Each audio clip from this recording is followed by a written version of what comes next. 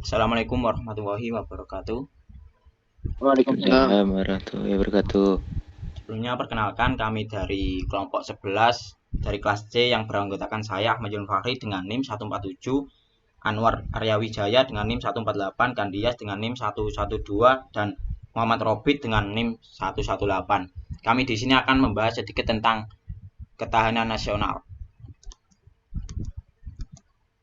Ketahanan nasional adalah konsep yang berkaitan erat dengan upaya negara untuk melindungi kedaulatan, integritas wilayah, kepentingan nasional, dan keberlanjutan kehidupan masyarakatnya. Ketahanan nasional menjadi hal yang sangat penting dalam era modern yang kompleks, di mana negara-negara dihadapkan pada berbagai tantangan dan ancaman yang beragam. Lebih lengkapnya akan dijelaskan teman saya Anwar.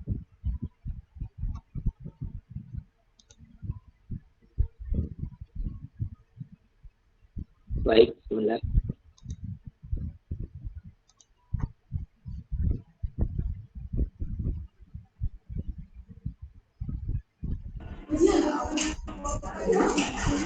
Mas, maaf Mas, kelompok 10 belum presentasi, waktunya kita presentasi duluan ini. Materi kita tentang sistem pemerintahan dan juga otonomi daerah. Udah terlanjur, berarti setelah kita ya. Wah, lanjut aja. Ya, setelah kalian ya. Lanjut dulu.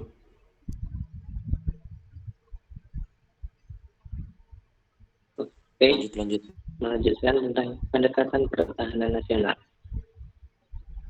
Ketahanan nasional adalah kondisi suatu bangsa yang menggambarkan kemampuan mengatasi segala macam ancaman, tantangan, hambatan, gangguan, dan tantangan yang lain. Faktor penguat ketahanan nasional suatu bangsa yaitu dengan ideologi, politik, sosial budaya, ekonomi, dan pertahanan keamanan.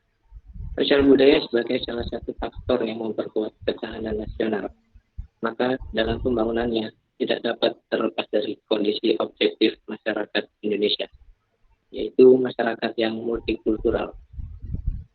Pendekatan multikulturalisme di Indonesia masih dipandang sebagai pendekatan yang paradoksal atau karena disebabkan adanya kesalahan pemahaman.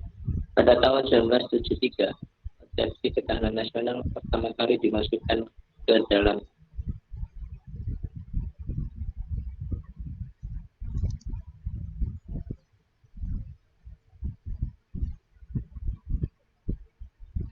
GBHN atau garis-garis besar haluan negara melalui ketetapan MPR nomor 1870. Oke, selanjutnya hakikat ketahanan nasional. Hakikat ketahanan nasional berikut mempunyai mana, Mas? Hakikat ketahanan nasional. Mas Dias akan menjelaskan untuk selanjutnya. Oke, terima kasih. Saya akan menjelaskan tentang hakikat ketahanan nasional dan adapun beberapa poin yang berkaitan dengan hakikat ketahanan nasional, yaitu yang pertama ada ketahanan nasional adalah kondisi dinamis yang mencerminkan kemampuan dan ketangguhan bangsa Indonesia dalam menghadapi berbagai ancaman, gangguan, dan tantangan baik dari dalam maupun luar negeri. Yang kedua yaitu ketahanan nasional merupakan kekuatan nasional yang memungkinkan negara untuk mengatasi ancaman dan tantangan terhadap keutuhan dan identitas bangsa serta menjaga kelangsungan hidup dan pencapaian cita-citanya. Yang ketiga ada ketahanan nasional harus mampu menciptakan kehidupan yang adil dan makmur bagi seluruh masyarakat melalui kebijakan yang diimplementasikan oleh pemerintah. Selanjutnya yang keempat ada tingkat kesejahteraan dan keamanan nasional sering digunakan sebagai indikator dalam menilai keberhasilan ketahanan nasional. Dan yang terakhir, ketahanan nasional juga melibatkan kemampuan suatu negara untuk mengembangkan kekuatan dalam menghadapi berbagai situasi yang mungkin terjadi. Selanjutnya ada sifat-sifat ketahanan nasional, yaitu ada yang pertama integratif, berorientasi wibawa, dinamis, tidak bergantung pada pihak lain, percaya pada diri sendiri, dan komprehensif. Yang pertama ada integratif. Integratif sendiri adalah ketahanan nasional melibatkan integrasi dari berbagai aspek kehidupan bangsa dan negara, seperti aspek politik, ekonomi, sosial, budaya, dan pertahanan atau keamanan. Sifat integratif ini memastikan bahwa semua komponen tersebut saling berhubungan dan bekerja secara serasi untuk mencapai tujuan yang sama. Poin selanjutnya yaitu berorientasi dalam, yaitu ketahanan nasional memiliki fokus pada kepentingan dan kesejahteraan bangsa dan negara itu sendiri. Tujuannya adalah untuk mewujudkan hakikat dan sifat nasional tanpa mengadopsi sikap isolasi atau nasionalisme sempit. Yang ketiga ada berkewibawaan atau berwibawa. Ketahanan nasional membawa konsep kewibawaan nasional yang harus diakui oleh pihak lain. Dalam konteks ini, kewibawaan mencakup kemampuan bangsa untuk mempertahankan kedaulatan, menjaga stabilitas, dan memberikan kontribusi positif di tingkat nasional. Selanjutnya ada dinamis, yaitu ketahanan nasional adalah konsep yang dinamis dan terus berubah seiring dengan perkembangan situasi dan kondisi bangsa. Ini mencakup kemampuan bangsa untuk beradaptasi dan mengatasi tantangan baru yang muncul. Selanjutnya ada tidak bergantung pada pihak lain. Ketahanan nasional tidak bergantung secara mutlak pada pihak lain atau negara lain. Namun, hal ini tidak berarti mengisolasi diri dari kerjasama internasional. Ketahanan nasional melibatkan kerjasama yang saling menguntungkan dengan negara-negara lain dalam berbagai bidang. Selanjutnya ada percaya pada diri sendiri, yaitu ketahanan nasional didasarkan pada sikap mental percaya pada diri sendiri. Ini mencakup percayaan bangsa terhadap kemampuan dan potensi internalnya untuk menghadapi dan mengatasi tantangan. Selanjutnya ada komprehensif, yaitu ketahanan nasional mencakup berbagai aspek kehidupan bangsa secara menyeluruh. Ini termasuk aspek ideologi, politik, ekonomi, sosial, budaya, serta pertahanan dan keamanan.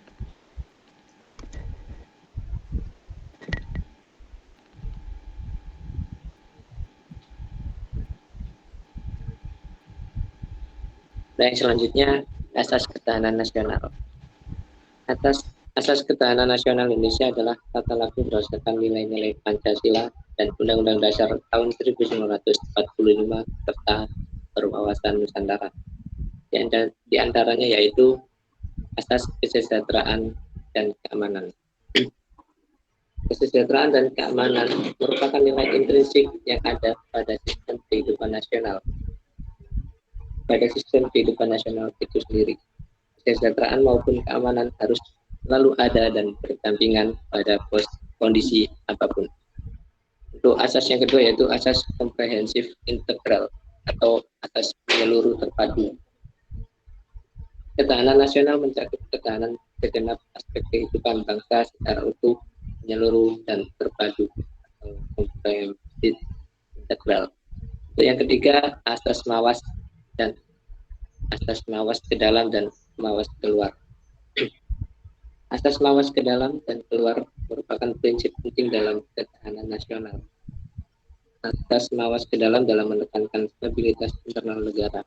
Sementara asas mawas keluar berfokus pada menghadapi ancaman yang datang dari luar negara kita. Yang keempat, asas kekeluargaan. Asas kekeluargaan berarti suatu negara harus memiliki sikap dan jiwa yang adil, solidaritas, gotong royong, toleransi, dan tanggung jawab terhadap warga negaranya sendiri.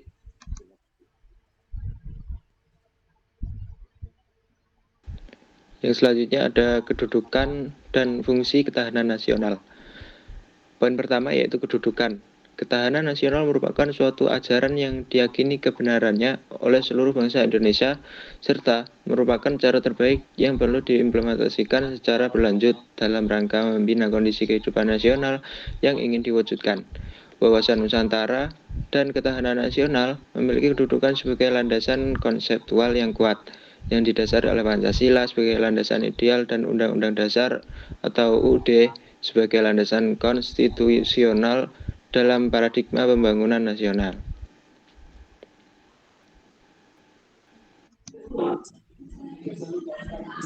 Selanjutnya yaitu fungsi ketahanan nasional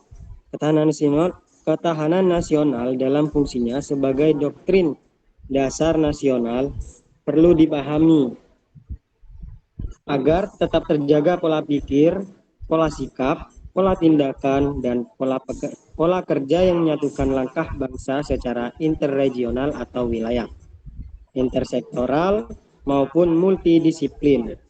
Konsep doktriner ini diperlukan untuk mencegah terjadinya pemikiran yang terkotak-kotak atau sektoral.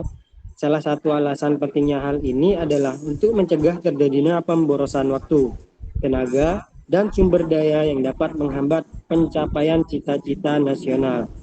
Ketahanan nasional juga berfungsi sebagai pola dasar pembangunan nasional, memberikan arah dan pedoman dalam pelaksanaan pembangunan secara terpadu di berbagai bidang dan sektor, sesuai dengan rencana program yang telah ditetapkan.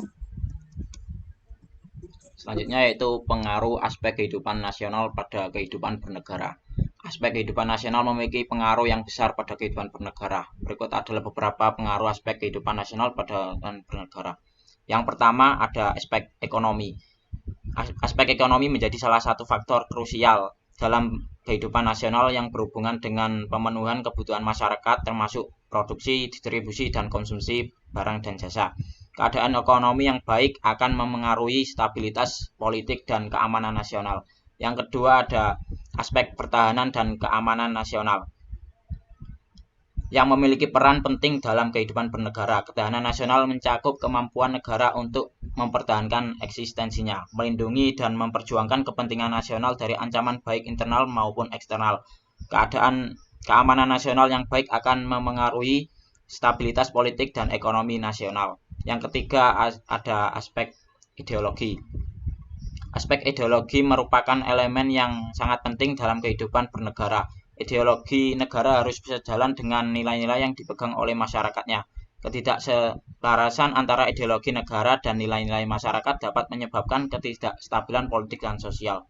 Yang keempat ada aspek sosial budaya yang memiliki pengaruh yang besar pada kehidupan bernegara, seperti keadaan sosial budaya yang baik akan memengaruhi stabilitas politik dan ekonomi nasional. Selain itu, kondisi sosial budaya yang baik juga akan berdampak pada kualitas sumber daya manusia dan sumber daya saing nasional.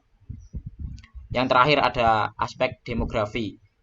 Aspek demografi memiliki pengaruh yang signifikan pada kehidupan bernegara. Keadaan demografi yang baik akan memengaruhi kualitas sumber daya manusia dan daya saing nasional. Selain itu, kondisi demografi yang baik juga akan memengaruhi stabilitas politik dan ekonomi nasional. Dari pemaparan materi tadi dapat disimpulkan bahwa ketahanan nasional adalah kondisi suatu bangsa dalam menghadapi ancaman dari dalam maupun luar. Faktor penguat ketahanan nasional meliputi ideologi, politik, sosial, budaya, ekonomi, dan pertahanan keamanan. Pendekatan multikulturalisme di Indonesia masih dipandang paradoksal.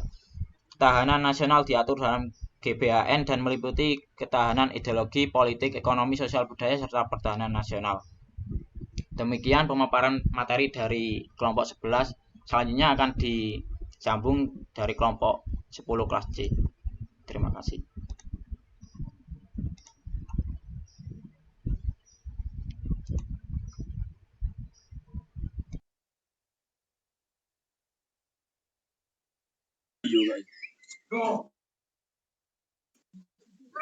Ini kelas apa duluan yang mau presentasi?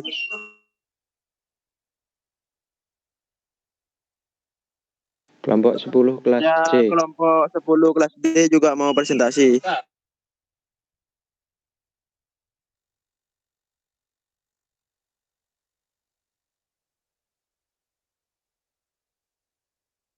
Ya, yang siap aja dulu. Silakan bisa langsung presentasi ya.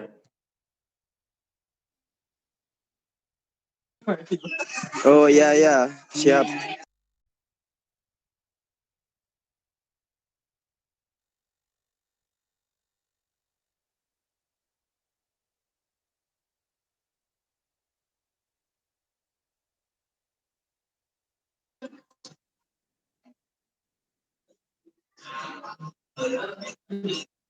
Assalamualaikum warahmatullahi wabarakatuh. Kami dari kelompok 10 akan mempresentasikan tentang sistem pemerintahan dan otonomi daerah. Sebelumnya perkenalkan, nama saya Paulina Tiasani selaku moderator, dan anggotanya tersendiri ada Ibra, Raffi, dan Elizabeth. Sebelum masuk ke materi, alangkah baiknya kita mengetahui apa itu sistem pemerintahan. Sistem pemerintahan itu adalah suatu tatanan yang berupa struktur dari suatu negara dengan menitik beratkan pada hubungan antara negara dengan rakyat.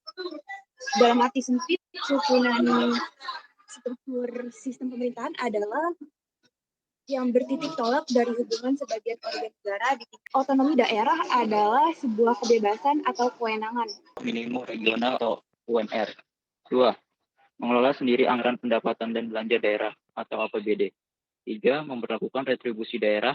4. Memberlakukan pajak daerah. 5. Mengembangkan dan memantau perkembangan daerah sendiri mulai dari infrastruktur, wisata, atau prasarana, bahkan pendidikan.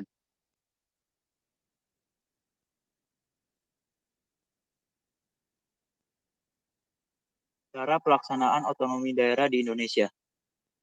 Di negara kesatuan seperti Negara Kesatuan Republik Indonesia, daerah tidak bersifat negara, maka daerah tidak memiliki kekuasaan negara seperti di tingkat pusat atau nasional. Praktik penyelenggaraan pemerintahan di negara kesatuan pada umumnya menggunakan cara sentralisasi dan juga desentralisasi. Tujuan otonomi daerah, memberikan kekuasaan dan kewenangan kepada pemerintah daerah untuk mengatur dan mengelola urusan dalam wilayahnya sendiri.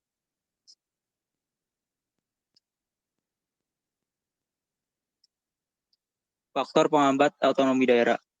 A. Komitmen politik. Penyelenggaraan otonomi daerah yang dilakukan oleh pemerintahan pusat selama ini cenderung tidak dianggap sebagai amanat konstitusi. B. Masih terpaku pada sentralisasi, yang artinya daerah masih memiliki ketergantungan tinggi terhadap pusat, sehingga mematikan kreativitas masyarakat dan juga perangkat pemerintahan yang ada di daerah. C. Kesenjangan antar daerah. Kesenjangan kuantitas dan kualitas sumber daya manusia, serta infrastruktur ekonomi.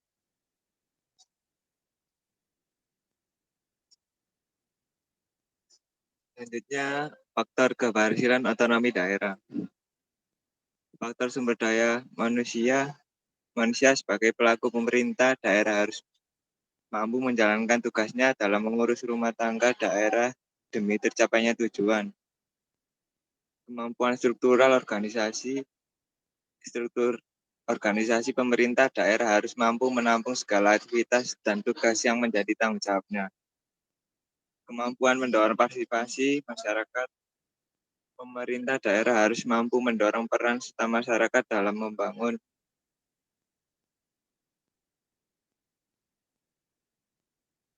Baik, kesimpulan dari materi yang telah kami presentasikan, otonomi daerah sendiri merupakan salah satu kewenangan daerah untuk dapat mengatur sendiri kepentingan masyarakat, maupun untuk membuat aturan guna mengurus daerahnya sendiri. Oleh karena itu, otonomi daerah merupakan salah satu hal yang diinginkan oleh masyarakat. Sebelum adanya otonomi daerah, sistem pemerintahan di Indonesia umumnya masih sentralistis atau bentuk sistem pemerintahan terpusat. Lahirnya otonomi daerah diharapkan dapat mempermudah semua urusan di setiap daerah, baik untuk pemerintahan daerah maupun pemerintahan pusat. Sebelum adanya otonomi daerah, sistem pemerintahan pada saat itu masih bersifat sentralistis, ataupun segalanya masih diatur oleh pemerintah pusat. Sehingga dalam hal itu, daerah tidak dapat berharap, memutuskan, dan menjalankan urusannya sendiri tanpa persetujuan dari pemerintah pusat. Itu saja presentasi yang dapat kelompok kami sampaikan, kurang lebihnya mohon maaf. Selanjutnya akan disambung oleh kelompok yang akan berpresentasi. Terima kasih.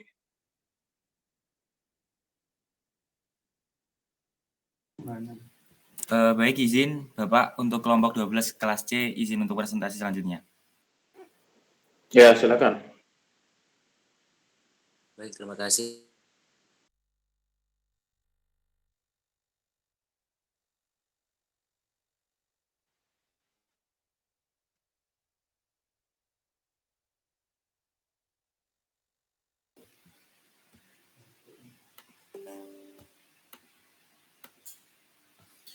Oke, sebelumnya Assalamualaikum warahmatullahi wabarakatuh. Perkenalkan teman-teman, kami dari kelompok 12 dari kelas C. Untuk keterkaitan materi kita kali ini, kita akan membahas sedikit dan juga banyak terkait tentang politik dan juga integrasi nasional.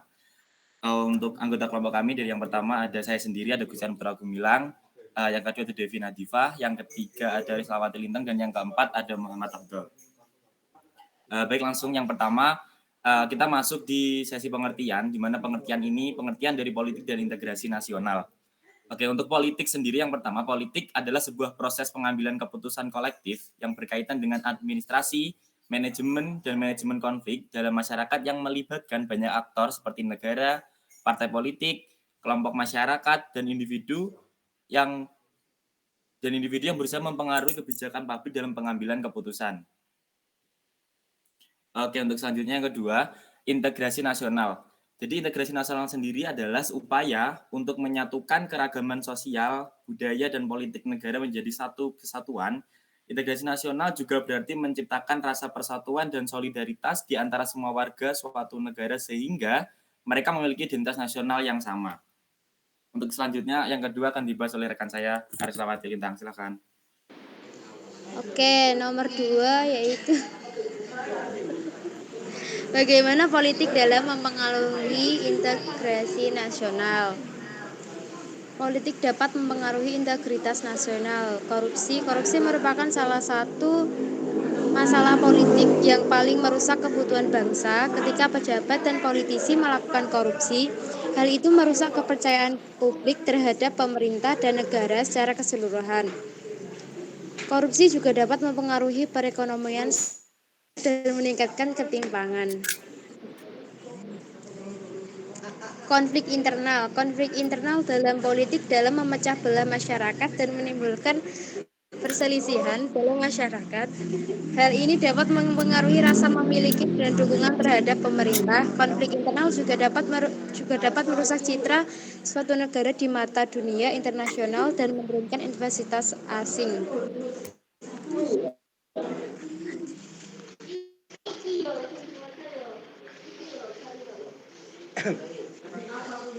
Selanjutnya yaitu diplomasi internasional. Kebijakan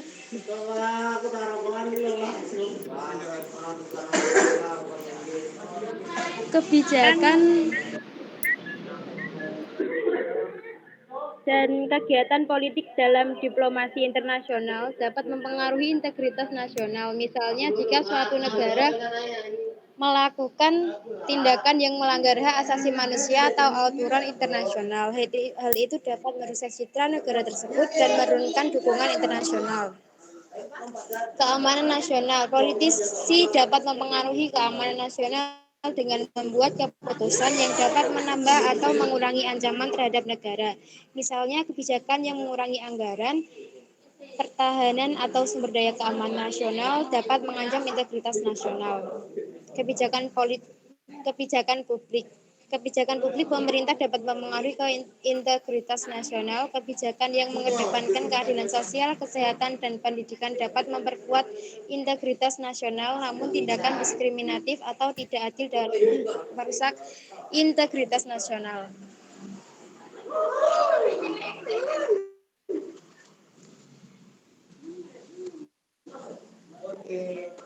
Selanjutnya yaitu integritas nasional adalah aspek penting dan keberhasilan suatu negara. Politik dapat mempengaruhi integritas nasional dengan cara positif atau negatif tergantung pada kebijakan dan tindakan yang diambil oleh para pemimpin.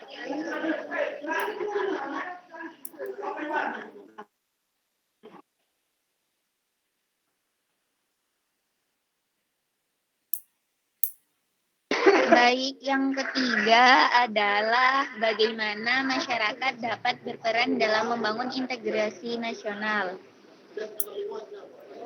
Beberapa cara masyarakat dapat berperan dalam membangun integritas nasional. Yang pertama, memiliki kesadaran dan pemahaman yang kuat tentang integritas nasional dan pentingnya menjaga kejujuran dan keutuhan dan tindakan dan perilaku mereka.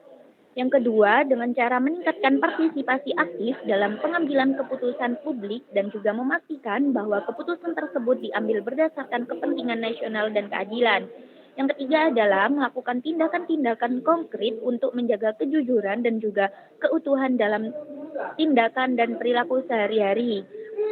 Yang keempat, membangun dan juga memelihara hubungan yang baik dengan masyarakat di sekitar mereka dan mempromosikan nilai-nilai sosial yang positif.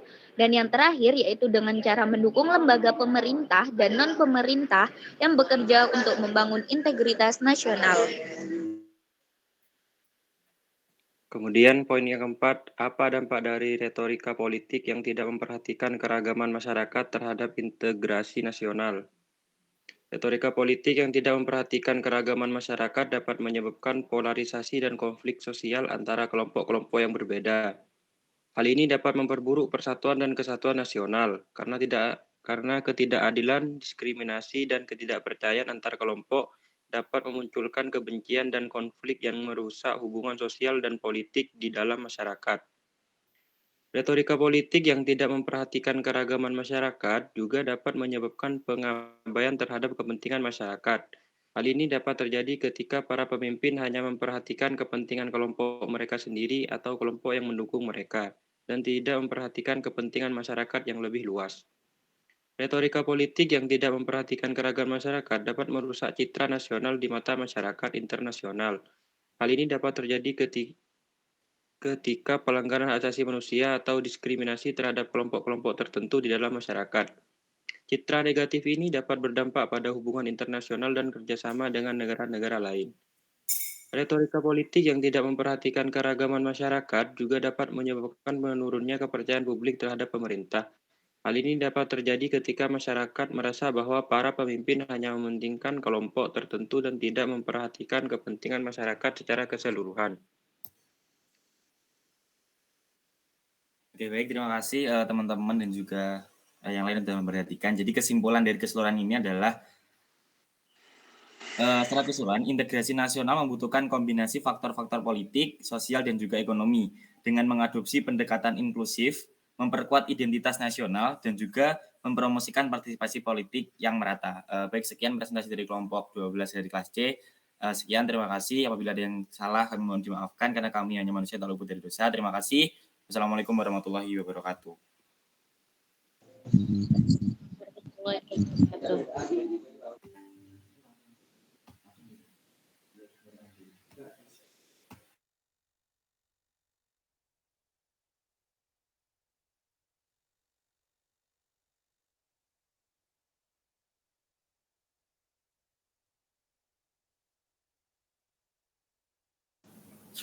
Assalamualaikum. Bapak mau izin dari kelas D kelompok 11. Ya, lanjut ya. Silakan yang siap. Kelompok 11, silakan.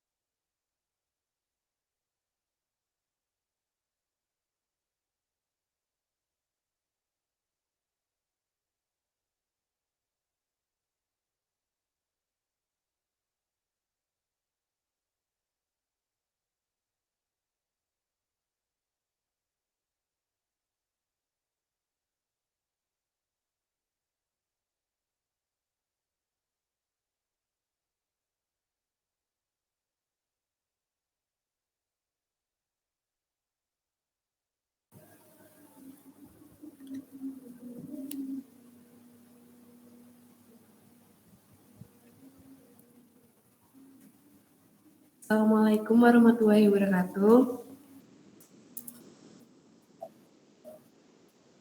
Kami dari kelompok 11 kelas D di sini akan mempresentasikan tentang ketahanan nasional. Di sini saya bersama teman-teman saya, yaitu Muhammad Ilham Yudayana, Hatimatul Husna, Sheila Heza Aurora, dan juga saya sendiri Irfan Nuraini. Yang pertama yaitu pengertian ketahanan nasional. Pengertian ketahanan nasional merupakan kemampuan suatu negara untuk mempertahankan integritas, identitas, dan kelangsungan hidup bernegara yang terhimpun dalam kekuatan nasional untuk menghadapi segala masalah baik dari dalam maupun dari luar. Ciri-ciri ketahanan nasional. Ciri-ciri ketahanan nasional sendiri ada 5, yaitu mandiri, yang kedua dinamis, serta yang ketiga manunggal, keempat wibawa, dan kelima konsultasi. Mungkin selanjutnya akan dibahas oleh teman saya.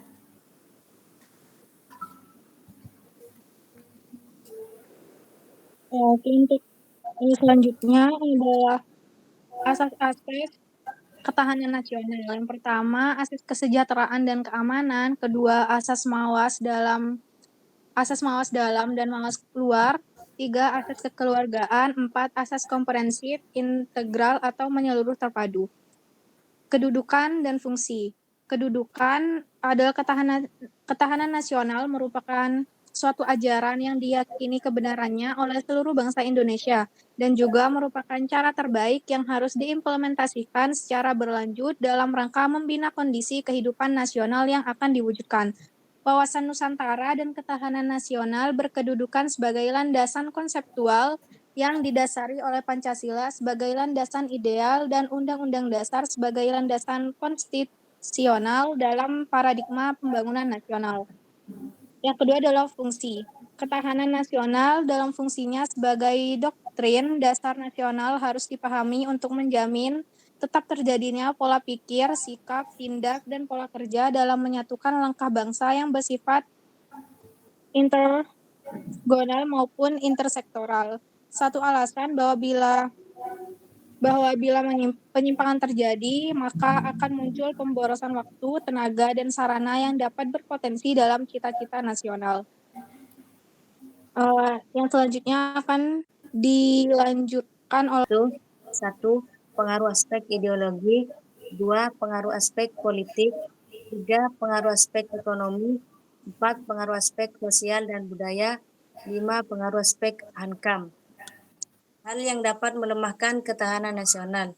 Segala macam kesulitan dan masalah yang merupakan ancaman dan tantangan yang harus diselesaikan oleh negara dan segenap rakyat Indonesia, terutama setelah Indonesia merebut kemerdekaan. Makin bisa dikatakan bahwa ancaman, kesulitan, dan tantangan dapat muncul dalam bidang kehidupan masyarakat. Saya kembalikan ke moderator. Baik, jadi kesimpulannya yaitu setiap warga negara memiliki kewajiban untuk menjaga dan mempertahankan persatuan dan kesatuan nasional Republik Indonesia, baik dalam aspek politik, ekonomi, sosial, dan budaya, ideologi maupun hankam. Semuanya memiliki tanggung jawab yang sama untuk menjaga keutuhan bangsa agar tidak bisa bukan dengan mudah oleh bangsa lain. Kita sebagai bangsa yang besar harus menunjukkan bahwa kita tidak hanya mengandalkan pasukan khusus untuk melindungi bangsa ini, tapi kita secara bersama yang akan melindungi dan mempertahankan tanah air yang telah mempersatukan dalam ras, suku, dan budaya. Sekian dari kelompok kami dan terima kasih.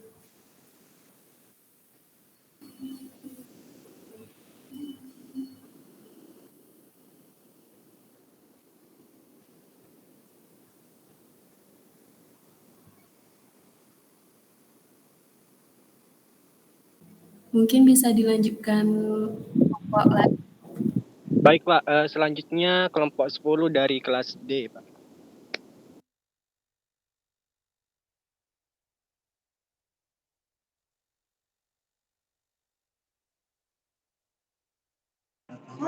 Sudah Bapak, sudah presentasi tadi.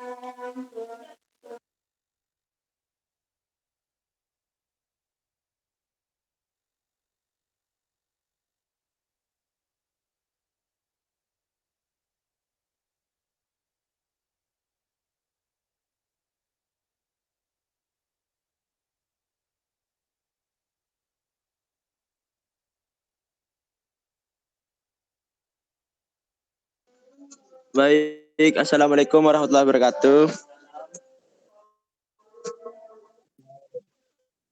Ini kami dari kelompok 10 kelas D akan mempresentasikan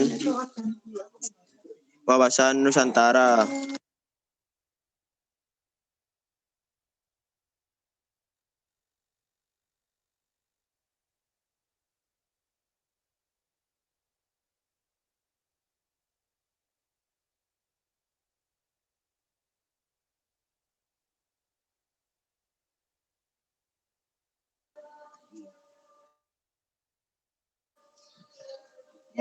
Definisi wawasan Nusantara merupakan cara pandang terhadap bangsa dengan tujuan menjaga persatuan dan kesatuan yang diwujudkan dengan mengutamakan kepentingan nasional dibanding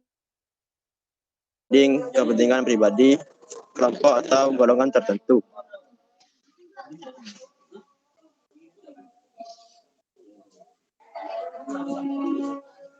Identitas bangsa dan wawasan Nusantara. Wawasan Nusantara memainkan peran penting dalam memperkuat identitas bangsa Indonesia. Konsep ini mengajarkan bahwa keberagaman budaya, bahasa, suku bangsa, dan agama di Indonesia merupakan kekayaan yang harus dijaga dan dihargai. Wawasan Nusantara juga menekankan pentingnya semangat gotong royong, keadilan, dan toleransi antar umat beragama.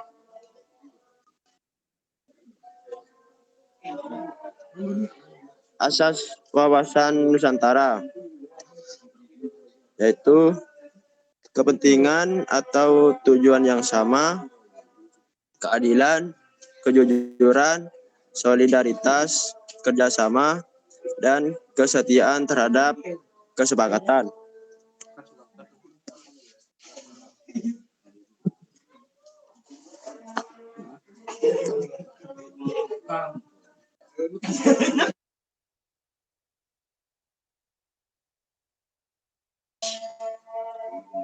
Fungsi wawasan Nusantara sebagai pedoman, motivasi, dorongan, serta rambu-rambu dalam menentukan segala kebijaksanaan, keputusan, tindakan, dan perbuatan bagi penyelenggara negara di tingkat pusat dan daerah maupun bagi seluruh rakyat Indonesia dalam kehidupan bermasyarakat, berbangsa, dan bernegara.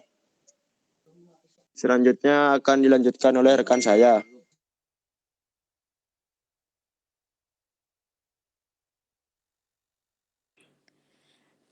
Jadi di sini ada tujuan. Tujuan wawasan Nusantara bertujuan mewujudkan nasionalisme yang tinggi di segala aspek kehidupan rakyat Indonesia yang lebih mengutamakan kepentingan nasional daripada kepentingan individu, kelompok, golongan, suku bangsa, atau daerah. Hal tersebut bukan berarti menghilangkan kepentingan individu, kelompok, suku bangsa, dan daerah.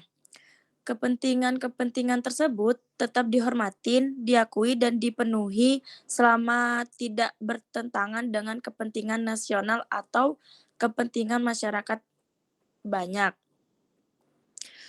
Nasionalisme yang tinggi di segala bidang kehidupan demi tercapainya tujuan nasional tersebut merupakan pancaran dari makin meningkat rasa paham dan semangat kebangsaan dalam jiwa bangsa Indonesia sebagai hasil pemahaman dan penghayatan wawasan Nusantara. Kedudukan wawasan Nusantara. Konsep wawasan Nusantara memiliki posisi yang signifikan dalam langkah politik dan sosial Indonesia. Ini adalah salah satu prinsip dasar negara Indonesia dan dianggap sebagai visi dan misi nasional. Gagasan tersebut telah digunakan sebagai kerangka pembangunan nasional dan politik luar negeri sejak awal. Hal tersebut juga merupakan salah satu prinsip utama yang menjadi pedoman dalam proses pengambilan keputusan pemerintahan, khususnya yang berkaitan dengan pembangunan daerah dan keutamaan wilayah. Wawasan Nusantara telah dimasukkan dalam Konstitusi Indonesia dan dianggap sebagai prinsip dasar negara, termasuk dalam kurikulum pendidikan nasional sebagai sarana untuk memajukan persatuan dan kesatuan bangsa di antara keragaman budaya dan masyarakat Indonesia. Selain itu, juga dianggap sebagai asas politik luar negeri Indonesia, yaitu kerangka hubungan negara dengan negara lain di kawasan, khususnya dengan negara kepulauan lainnya. Prinsip tersebut juga dijadikan dasar kebijakan ASEAN Indonesia. Selanjutnya akan dilanjutkan dengan kelompok saya.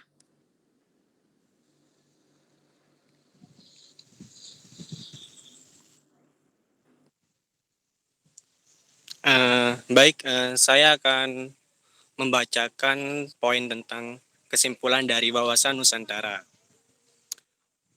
Wawasan Nusantara adalah prinsip dasar negara Indonesia yang bertujuan untuk meningkatkan rasa persatuan, identitas nasional, dan integrasi di antara keragaman budaya dan masyarakat Indonesia. Ini digunakan sebagai kerangka kerja untuk pembangunan nasional dan kebijakan luar negeri, dan berfungsi sebagai prinsip panduan untuk pembangunan dan kebijakan luar negeri negara. Pemerintah telah menerapkan berbagai kebijakan dan program untuk mempromosikan integrasi ekonomi, sosial, dan politik di antara berbagai daerah di negara ini. Pelestarian warisan budaya, kurikulum pendidikan nasional, dan keseimbangan regional dan kebijakan luar negeri. Konsep Wawasan Nusantara menempati posisi yang signifikan dalam landscape politik dan sosial Indonesia dan terus menjadi prinsip penting dalam pembangunan dan kemajuan negara. Baik, saya serahkan ke moderator.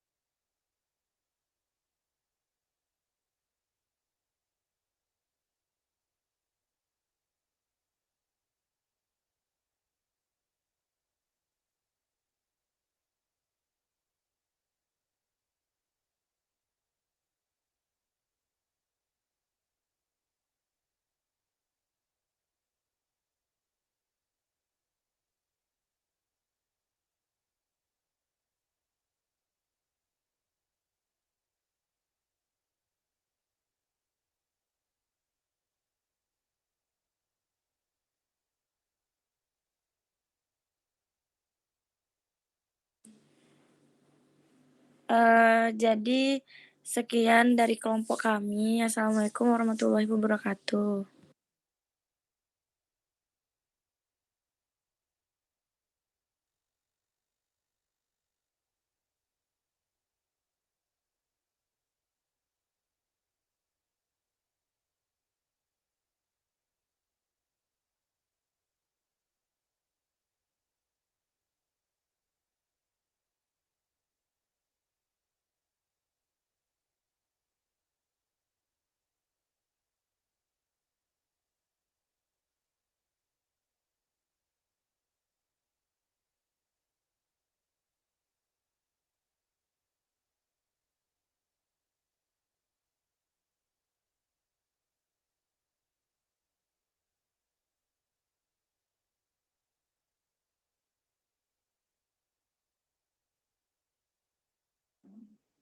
Silakan dilanjutkan kalau yang belum.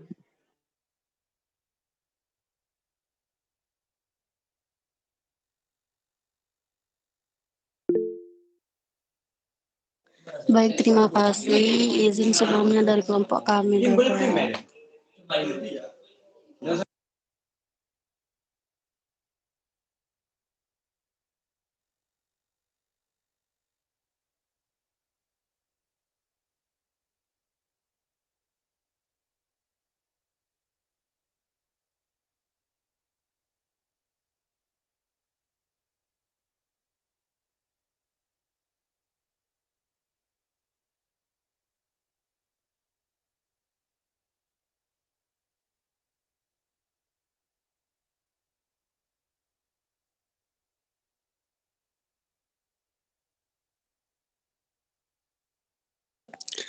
Baik, sebelumnya Bapak izinkan saya presentasi dari kelompok 12 tentang politik dan integrasi nasional.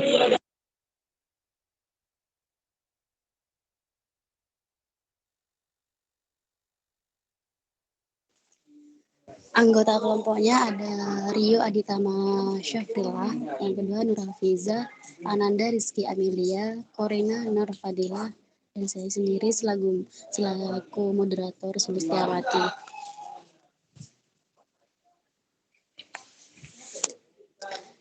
Untuk pengertiannya bisa langsung dijelaskan kepada teman saya, dipersilakan kepada kelompok saya. Pengertian integrasi nasional. Secara politis, integrasi nasional adalah proses penyatuan berbagai kelompok sosial dan budaya ke dalam kesatuan wilayah nasional yang akan membentuk sebuah identitas nasional. Sedangkan integrasi nasional secara antropologis memiliki arti suatu proses penyesuaian antara unsur-unsur kebudayaan yang berbeda sehingga mencapai suatu kesatuan fungsi dalam bermasyarakat. Sederhananya, perbedaan integrasi nasional secara politis dan antropologis terlihat dari proses penyatuan dan pendekatannya. Selanjutnya akan dijelaskan oleh kelompok saya, yaitu Nanda. Baik, ancaman integrasi nasional di bidang pertahanan dan keamanan. Yang pertama, agresi atau invasi. Kekuatan bersenjata yang dimiliki oleh suatu negara bisa digunakan untuk melakukan agresi atau invasi. Jika sudah begini, maka tentu saja bisa mengancam kedaulatan negara, keutuhan wilayah, dan keselamatan suatu bangsa. Sementara itu, invasi adalah bentuk agresi bersenjata berskala besar untuk menyerang dan menduduki wilayah negara lain. Yang kedua adalah pelanggaran wilayah. Bentuk ancaman integrasi nasional di bidang pertahanan dan keamanan yang masih terjadi adalah pelanggaran wilayah. Pelanggaran wilayah bisa membawa ancaman dan membahayakan keutuhan dan kedaulatan wilayah negara. Next.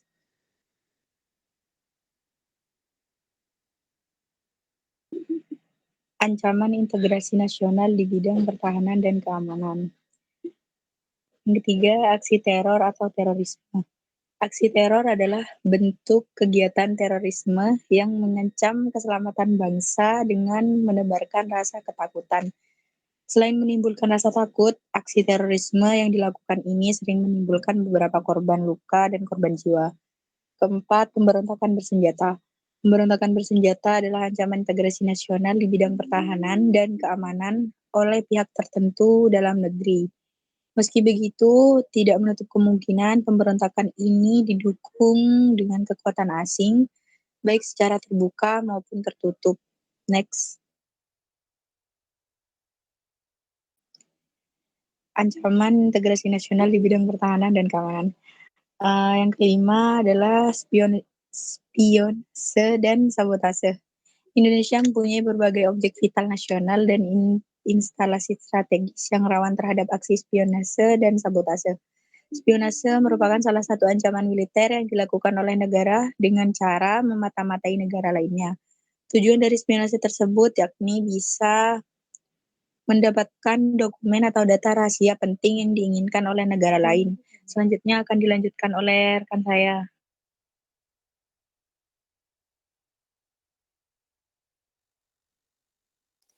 Baik, yang selanjutnya itu ada faktor pembentuk integrasi nasional. Yang pertama itu ada integrasi nasional, di mana rasa senasib dan perjuangan sebenarnya salah satu faktor pembentuk integrasi nasional yang paling utama adalah muncul perasaan senasib dan seperjuangan. Lanjut, yang kedua itu ada rasa cinta tanah air. Salah satu faktor pembentuk integrasi nasional ini bisa dikarenakan karena adanya rasa cinta tanah air yang di kalangan bangsa Indonesia. Hal ini dapat dibuktikan ketika masa perjuangan untuk merebut, menegakkan, serta mengisi kemerdekaan Republik Indonesia sehingga masa kini. Next. Yang ketiga itu ada budaya gotong royong. Faktor pembentuk integritas nasional karena adanya budaya gotong royong tersebut. Budaya gotong royong sendiri adalah ciri khas kepribadian bangsa Indonesia yang secara turun-temurun tak dijaga dan dipertahankan hingga saat ini. Yang keempat itu ada antisipasi dari ancaman asing.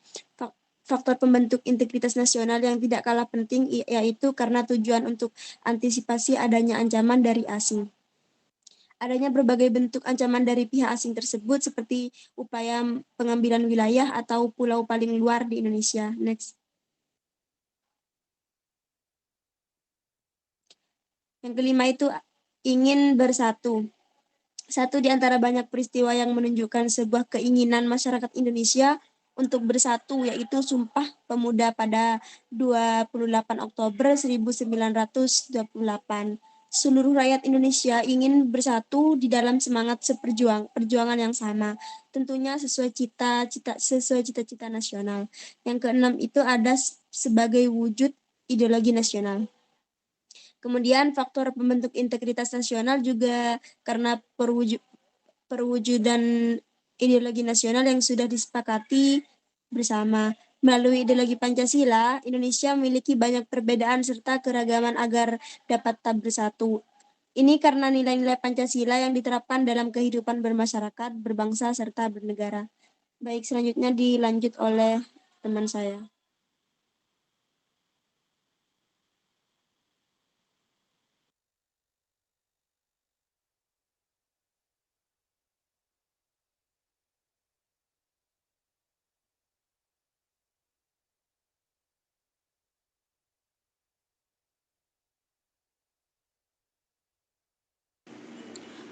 Oke, selanjutnya ada syarat integrasi nasional.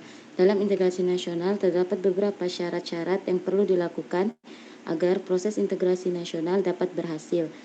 3 syarat berlangsungnya integrasi nasional. Yang pertama, anggota masyarakat yang merasa jika mereka mampu dan berhasil mengisi kebutuhan masing-masing. Yang kedua, terciptanya sebuah kesepakatan bersama mengenai norma dan nilai sosial yang dilestarikan serta dijadikan sebuah pedoman. Dan yang terakhir, norma dan nilai-nilai sosial tersebut kemudian dijadikan sebuah aturan pasti dalam melakukan integrasi sosial. Mungkin selanjutnya saya kembalikan ke moderator.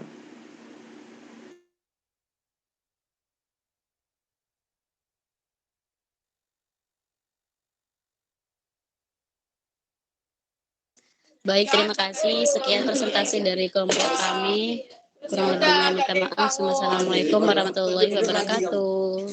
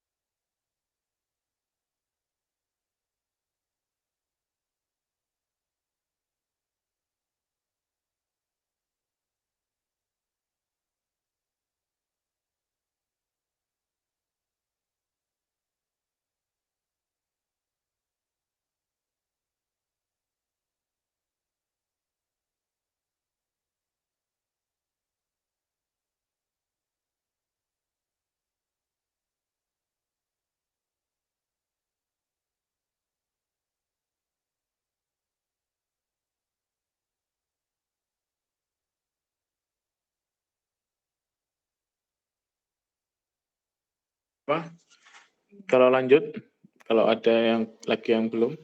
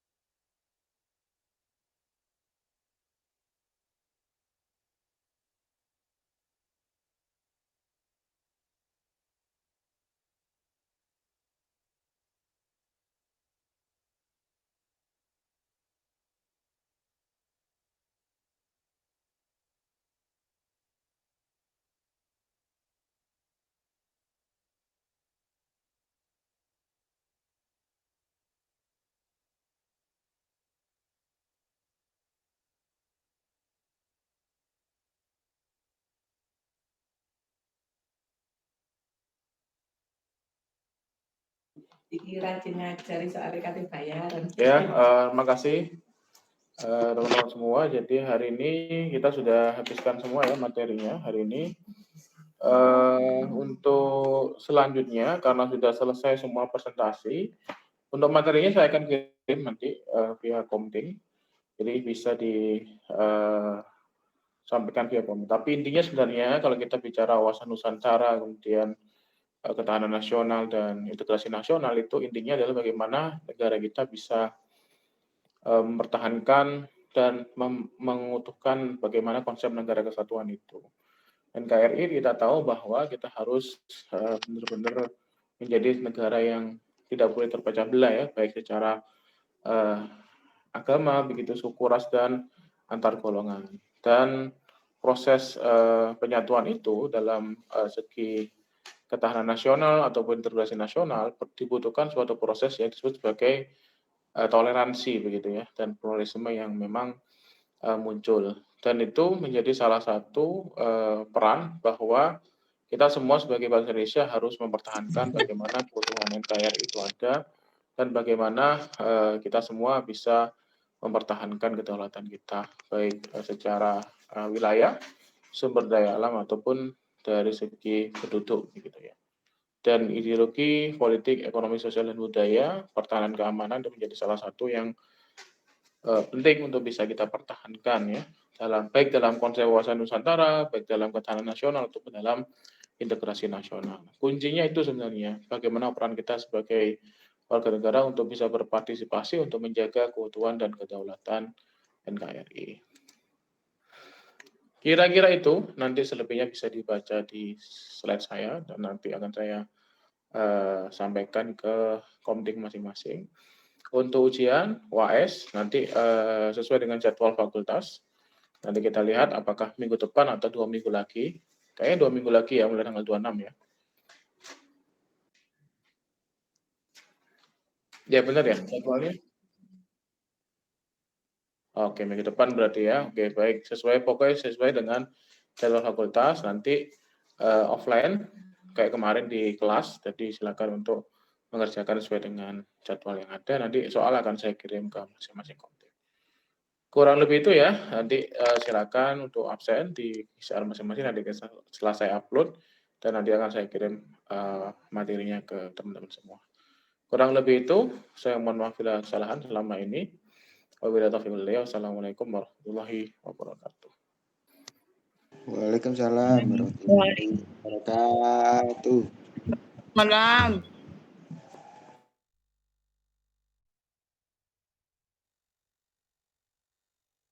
Kue.